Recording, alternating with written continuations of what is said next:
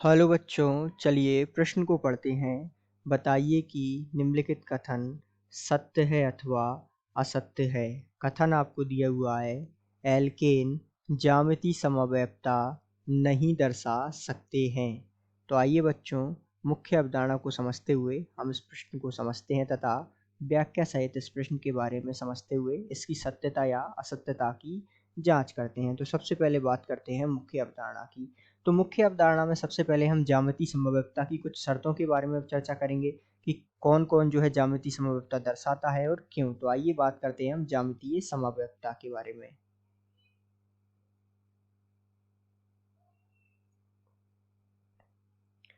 तो ज्यामितीय समव्ययता की मुख्य और पहली शर्त यह है कि जो कार्बन होते हैं वो द्विबंधित होने आवश्यक है, अर्थात कार्बन कार्बन के मध्य द्विबंध होना आवश्यक है। अर्थात इस प्रकार ये जो दोनों कार्बन हैं ये द्विबंधित होने आवश्यक हैं और जिससे हम जो है ज्यामितीय समव्ययता का पता लगाते हैं। ज्यामितीय समव्ययता को हम सिस और ट्रांस समव्ययता के नाम से भी जानते हैं।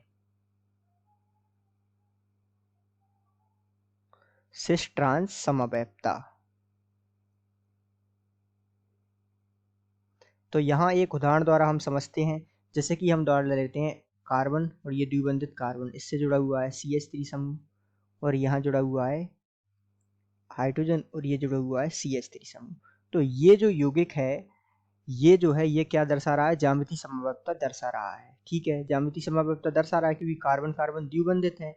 और ये जो है क्या रूप है ज्यामितीय समव्ययता का, तो यहाँ जो है हाइड्रोजन हाइड्रोजन एक ही दिशा में और CH3 समूह एक ही दिशा में, तो ये जो है सिस रूप है।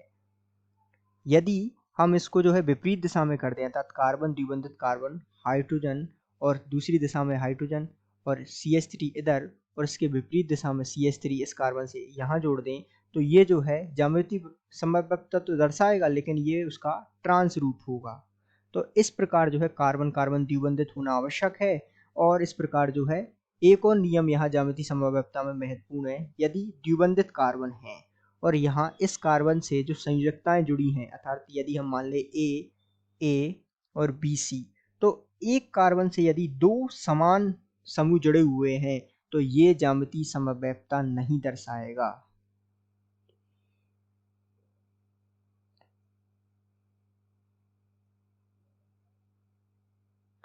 नहीं दर्शाएगा क्योंकि एक समूह जुड़े हुए हैं, अर्थात एक कार्बन से एक ही समूह जुड़ा हुआ है, तो इस कारण से ये ज्यामितीय समव्ययता नहीं दर्शाएगा।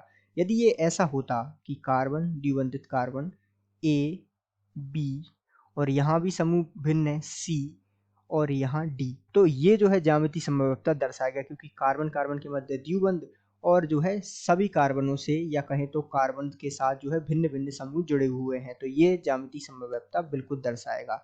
अब बात करें कथन के बारे में, तो एल्केन क्या होते हैं, एकल बंध युक्त होते हैं। हम जानते हैं कि एल्केन जो होते हैं वो संतृप्त हाइड्रोकार्बन है, अर्थात इनमें क्या होता है कार्बन कार्बन के मध्य एकल बंध होता है। जबकि ज्यामितीय समव्ययता की हमने शर्त देखी, उसमें क्या होता है कार्बन कार्बन के मध्य द्विबंध होना आवश्यक है। तो यहाँ हमने देखा कि यहाँ ये नियम जो है गलत साबित हो रहा है, अर्थात ये जो कथन है कि एल्केन ज्यामितीय समव्ययता नहीं दर्शा सकता, बिल्कुल सत्य कथन है क्योंकि एल्केन जो है कार्बन कार्बन के मध्य एकल बंध रखता है, इस कारण से ये ज्यामितीय समव्ययता नहीं दर्शाएगा और ये बिल्कुल सत्य कथन हो जाएगा। तो आशा करते हैं आपको समझ आया होगा। धन्यवाद।